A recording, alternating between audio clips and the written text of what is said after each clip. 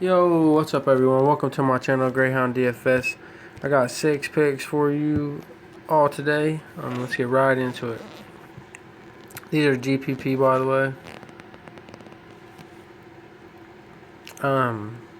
At point guard, I like CJ McCollum because there's no Damian Lillard, so his usage rate is going to go up.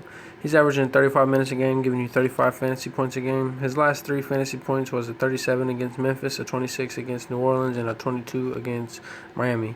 In the fourth game was 41 against Utah, which was pretty good. I mean, they're a pretty good defensive team. And then no, I'm not done. Sorry. He is projected for 35 fantasy points. He is at home against New Orleans, who is a fast-paced team. So there's going to be a lot of shots. He's going to get a lot of shots. New Orleans is ranked 12th at his position and ranked 25th in defense. So not the best defense. You see he gets the shots up, almost 20 a game, even with Damian Lillard. So it might even be more without him. So we'll see. And then at shooting guard, I mean, these are interchangeable. Point guard, shooting guard, doesn't matter, either one. Drew Holiday. Drew Holiday is averaging 34 minutes a game, giving you 39 fantasy points.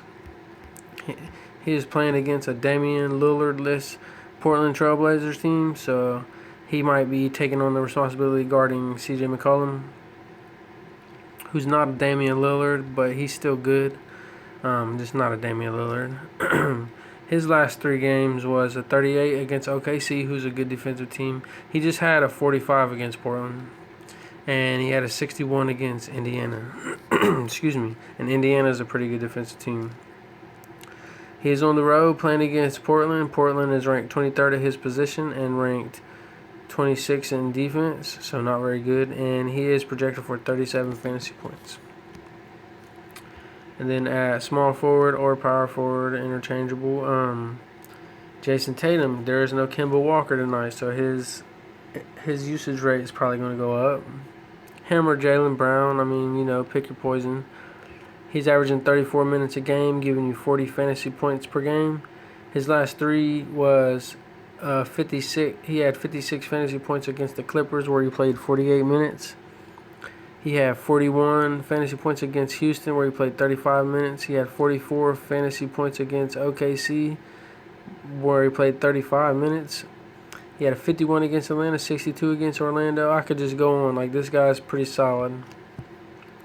He is playing on the road against Minnesota, who was a high-paced team. And they are ranked 27th at his position and 24th in defense, and he is projected for 40 fantasy points. I feel like he's going to get more than that due to the fact that there's no Kemba Walker. And then at power forward or center, Zion Williamson.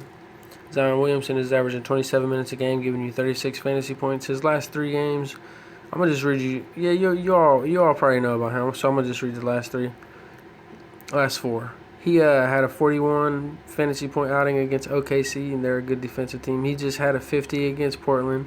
He had a 31 against Chicago, and he had a 36 against Milwaukee. That 36 is pretty impressive because that was against Milwaukee, and they're pretty good. He's averaging high teens, mid-teens in shots, so the shots are going to be there. So I like him. And Portland's ranked 30th at his position and ranked 26th in defense, and he is projected for 37 fantasy points. And Rudy Gobert, Mr. Captain Consistency here. He's probably had a couple bad games, but not really. He is averaging 34 minutes a game, giving you 41 fantasy points a game. His last few games was a 47 fantasy point outing against Miami, 39 fantasy points against Dallas, 35 against Houston, 38 against Portland, 36 against Denver, who's a pretty good defensive team. He is playing at home against San Antonio, who ranks 10th at his position and ranks 20th in defense, and he is projected for 40 fantasy points. I like to have a couple consistent guys on my roster. And then at center, nice little value pick, I believe.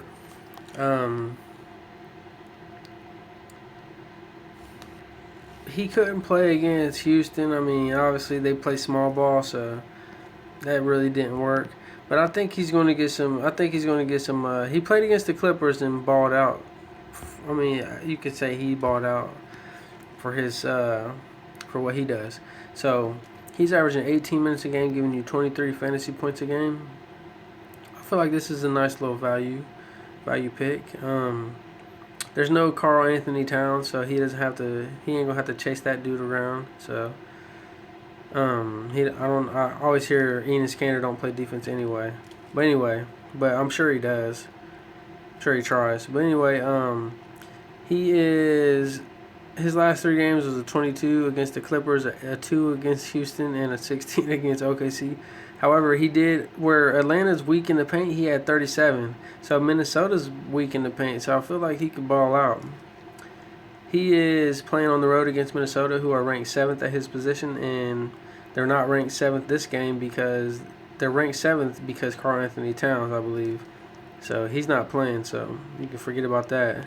And they're ranked 24th in defense. And he is projected for 25 fantasy points. So if you do the math, that's more than 5 times his value. So you get a little value here if that's the case. But anyway, these are my 6 picks. I hope everyone gets value out of this video. If you do, please hit that like button. And if you haven't already, please hit the subscribe button and hit the notification bell so you won't miss a video. So good luck, everyone.